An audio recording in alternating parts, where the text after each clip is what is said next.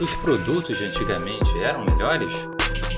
Este é o Visão Libertária, sua fonte de informações descentralizadas e distribuídas. Nossa memória é uma coisa estranha. Muitas das lembranças que temos são de coisas simples e cotidianas que, de alguma forma, ficaram marcadas em nossa mente sem entendermos o porquê. A memória é algo não tangível, mas às vezes parece estar tão viva e presente que esquecemos da realidade que está à nossa frente. Relembrar essas simples memórias faz bater aquele sentimento de nostalgia de algo que não irá voltar mais. Existem pessoas que lembram seus tempos de criança e suas fugas das broncas dos pais.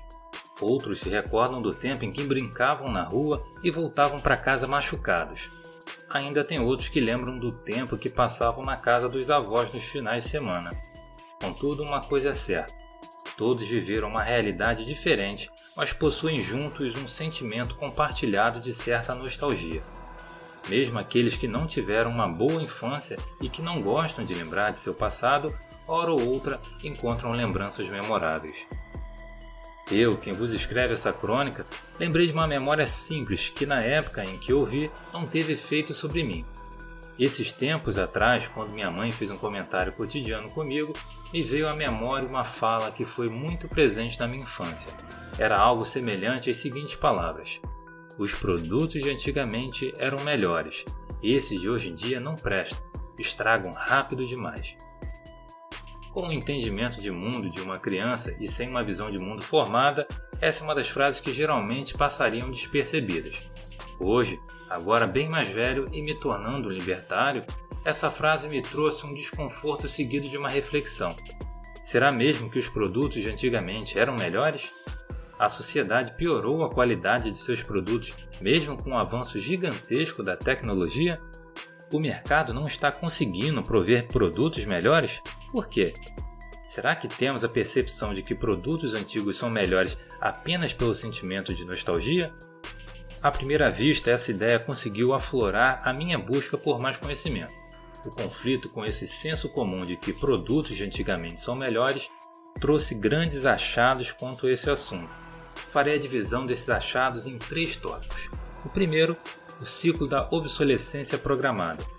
O segundo, produção em massa dos produtos. E terceiro, a influência do Estado em tudo isso. Se tratando do primeiro tópico, creio que todo mundo que passou pela educação, ou melhor dizendo, pela doutrinação estatal, tenha tido contato com o termo obsolescência programada. Entretanto, para aqueles em que o Estado conseguiu ser ineficiente até para doutrinar ou que conseguiram fechar seus ouvidos, darei um panorama base sobre o termo. O ciclo de obsolescência programada é basicamente fazer um produto que tem vida útil, ou seja, um produto que foi feito para estragar no decorrer do seu uso. Existem muitos argumentos contra o ciclo de obsolescência programada, principalmente porque, segundo aqueles que são contra, esse ciclo estimula o consumo desenfreado. Por isso, a obsolescência programada seria a responsável por elevar a poluição, tanto a de resíduos quanto a de gases no ambiente. Ainda existem aqueles que argumentam que a obsolescência programada é um desrespeito para com os consumidores. As empresas malvadonas estão pensando apenas no seu lucro e ignorando seus consumidores. Por isso, o Estado precisa intervir na economia. Todavia, vou demonstrar que esse argumento é fajuto e que isso é apenas a ponta do iceberg. Sim, as empresas malvadonas estão pensando apenas no seu lucro, mas o mercado não é responsável por esse mal. Um dos motivos para que isso seja verdade é que a obsolescência programada é uma bolha criada pelo próprio Estado. Ela existe? Isso é fato. No entanto, surge a questão: se o capitalismo provém sempre os melhores serviços e custos, por que a obsolescência surgiu? A resposta para isso é mais simples do que parece. O Estado colocou o seu dedo podre, obviamente. Se 2 empresas, A e B, atuam no ramo de bacias de plástico, sendo as únicas no mercado e sendo apoiadas pela justiça estatal, ambas conseguem aplicar a obsolescência programada facilmente. O Estado já protege essas empresas ao não deixar que haja concorrência e certamente não deixará de ser imparcial em uma possível treta na justiça. Existe uma troca de favores entre essas empresas e o Estado, não restando ao consumidor final a possibilidade de optar. Em uma situação de livre mercado, se eu vejo que essas bacias de plástico não prestam, é de se esperar que mais pessoas percebam o mesmo e, portanto, tenham uma demanda por bacias de plástico que duram mais. Por isso, há incentivos para que uma empresa C surja no mercado e utilize em seu marketing de vendas frases afirmando que seus produtos são mais duradouros. Se for uma demanda real da população produtos mais duradouros, é certo que esse marketing funcionará. Ainda, nada impede que surja uma empresa D, E ou F para concorrer com as demais, contando que haja demanda para que todas essas empresas consigam lucro na cidade. Exemplificando isso, não há como abrir 20 lojas de bacias de plástico em uma pequena cidade, pois sua demanda por bacias é limitada. Há um limite natural para esse consumo. Ainda assim, mesmo que haja um grande número de empresas no mercado, a obsolescência natural dos produtos ainda estaria presente. O livre mercado seria responsável por aumentar a validade de um produto, mas não conseguiria torná-lo infinito. Isso porque todo produto envelhece, não há escapatória. Seres biológicos são capazes de renovar suas próprias células por um período de tempo, mas produtos inertes não conseguem. Eles estão sujeitos a desgastes, torturas, mau uso, enferrujamento, dentre tantos outros processos naturais. Outro processo natural que corrobora na obsolescência de um produto é a evolução constante da tecnologia. Aparelhos eletrônicos lançados hoje começarão a ficar defasados daqui a 2 anos. Já em um espaço de 4 anos estarão em desuso. Isso é sustentado pela chamada Lei de Moore, criado em 1965. Ela que foi nada mais que uma profecia que dizia que a quantidade de transistores que poderiam ser colocados em uma mesma área dobraria a cada 18 meses, mantendo-se o mesmo custo de fabricação. Essa lei se provou verdadeira até agora, o que significa que dobramos o desempenho de processadores a cada 1 ano e meio nos últimos 55 anos. Com dispositivos mais potentes e cada vez armazenando mais informações, surgiram programas mais complexos, o que exige um potencial computacional maior. Com isso, a tecnologia está em constante avanço, sendo, portanto, um dos motivos para a obsolescência de tecnologias antigas. Contudo, a obsolescência causada pelo desenvolvimento da tecnologia é natural e não programada. Obsolescência programada, na tecnologia, existe apenas em casos extremos. O principal exemplo é uma situação que ocorreu com a Apple em 2017, mas foi divulgada apenas ano passado. A empresa terá que pagar uma multa de até 500 milhões de dólares por estar deixando celulares antigos mais lentos propositalmente. Sua justificativa diz que a ação foi uma tentativa desesperada de evitar que os celulares antigos desligassem com os novos sistemas. Quando essa notícia saiu, a aceitação do público não foi das melhores. Essa notícia é motivo para o Estado intervir na economia? Obviamente não. O problema de não haver muita concorrência no ramo de celulares é causado pelo próprio Estado, que ajuda a manter essas empresas que nem sempre prestam o melhor serviço.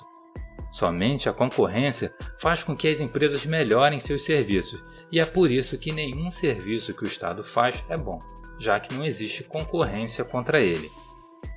Mesmo com escândalos como esse da Apple, não há discussão na questão de tecnologia. Ninguém em sã consciência consegue afirmar que a tecnologia do passado era superior à atual. Por isso, a discussão sobre os produtos de antigamente serem melhores não pode ser no rumo da tecnologia, pois nesse ramo é óbvio que a tecnologia antiga vai perder. Logo, a discussão só pode ir para outro caminho. O material dos produtos de antigamente eram melhores? Existe uma coisa muito associada também ao termo obsolescência programada. Produtos com material mais fraco e que, por conseguinte, têm tempo de vida menor. É normal que produtos mais baratos tenham resistência menor e produtos mais caros tenham resistência maior. Isso porque, para se produzir produtos resistentes, muitas vezes são necessários materiais mais caros e pesquisas em volta do produto, o que gera um preço final maior. Isso quer dizer que, então, a obsolescência priva os pobres de terem acesso a produtos duráveis? Não exatamente. Essa questão precisa ser olhada de outra forma. A população mais pobre não tem condições de comprar um produto caro com uma versão mais duradoura. Existir uma versão light possibilita que todos tenham acesso àquele produto. Democratizar o acesso a algum produto, como a esquerda socialista diz, só é possível quando o preço é acessível a todos e ainda tem qualidade o suficiente para ser funcional. Por isso, a obsolescência programada só existe em duas situações. Ou o Estado possibilita sua existência, ou é um produto que foi produzido com material mais barato para ser acessível. Note que para o material ser barato, é necessário apenas que seja abundante, e não necessariamente um material ruim. Esses produtos, por serem feitos com material abundante, consequentemente são mais fáceis de serem produzidos em massa. Ainda, para que um produto seja massificado, é necessário que haja uma alta demanda por ele. Como muito bem define Ludwig von Mises em seu livro A Mentalidade Anticapitalista, abre aspas, a característica essencial do capitalismo moderno é a produção em massa de mercadorias destinadas ao consumo pelo povo. Fecha aspas. A população que é o alvo das grandes empresas. É o povo que representa a maior parte da demanda do mercado. É ele que as empresas precisam satisfazer. E para satisfazer a massa, considerando que a grande maioria da população não recebe mais do que 2 salários mínimos, é necessário um bom preço. Perceba, portanto, que quanto mais próspera for uma economia, mais a população terá poder de compra. Por conseguinte, em um livre mercado, existem estímulos para que as empresas busquem o melhor custo-benefício. Situação muito diferente quando há intervenção do Estado na economia e a empresa tem desafios para produzir um produto barato e muitas vezes inferior para se adequar à renda da população. Ainda no âmbito empresarial, a propriedade intelectual é responsável por elevar o preço dos produtos para o consumidor final, e é evidente que existe uma crescente no número de produtos patenteados. Como resultado secundário, a população tende a buscar produtos genéricos, cópias dos produtos originais. Importante frisar que copiar é belo e moral. Entretanto, há muitos espertinhos que vendem falsificações horríveis e com material de péssima qualidade. Sem um sistema de justiça privado, não tem quem possa te defender e te ressarcir desse tipo de situação, já que o Estado não liga se sua propriedade for violentada ou não. Logo, a propriedade intelectual também é responsável pela queda da qualidade dos produtos consumidos pelos indivíduos. Com isso, podemos afirmar que quanto mais uma sociedade tende ao socialismo, mais os produtos se tornam inferiores em relação aos materiais utilizados na produção. Todavia, o principal dessa crônica é algo que vai muito além disso. Existe algo na piora dos produtos atuais que não é perceptível aos olhos da população. Pause o vídeo agora e tente descobrir quem é o causador desse mal. Você adivinhou, é o Estado. Já falamos que o Estado é o problema de várias coisas nessa crônica, mas tem um ponto que passou despercebido nessa história até o momento. Você já percebeu que vasos sanitários entopem com mais frequência hoje em dia? Ou que band-aids não têm mais cola nenhuma e por isso não param mais nos ferimentos como antigamente? Ou ainda, essas lâmpadas que dizem ser mais econômicas não parecem iluminar como as antigas? Chamaremos esse fenômeno ironicamente de a mão invisível do Estado. Diferentemente da mão invisível do mercado, que demonstra como o livre mercado age naturalmente no comércio, a mão do Estado demonstra que o Estado é um parasita. Sua única função é criar leis e burocracias aleatórias. No entanto, essas burocracias estão afetando os produtos do mercado, mesmo que as pessoas não percebam.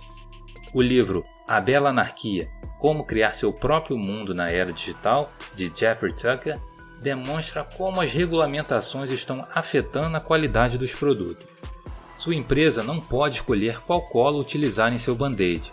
Sua empresa não pode escolher o raio da circunferência dos encanamentos. Sua empresa nem mesmo pode escolher quais itens e ferramentas ela precisa para trabalhar e quais ela não precisa.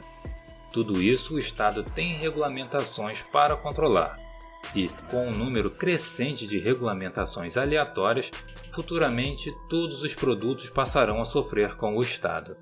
Ainda, Jeffrey Tucker argumenta que maquiagens deixarão de conseguir maquiar, porque o Estado não quer que certas substâncias estejam presentes nos produtos.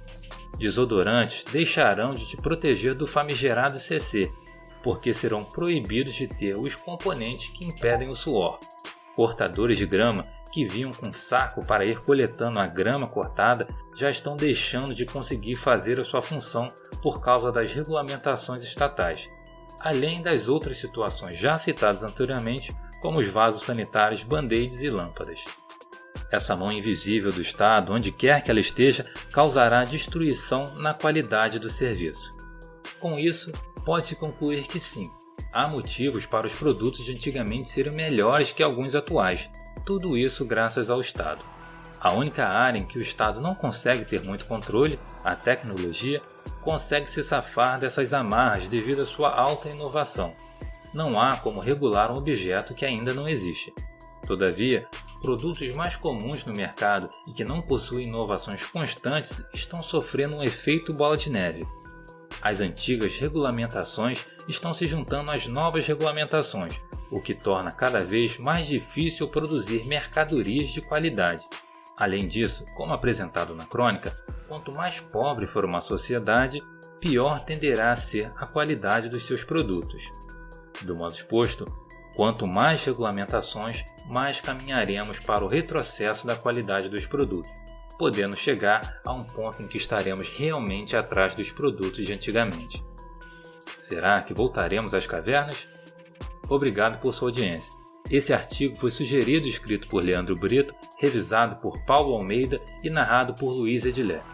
Se você gostou desse vídeo, clique no ícone de curtir abaixo e compartilhe o vídeo em sua rede social.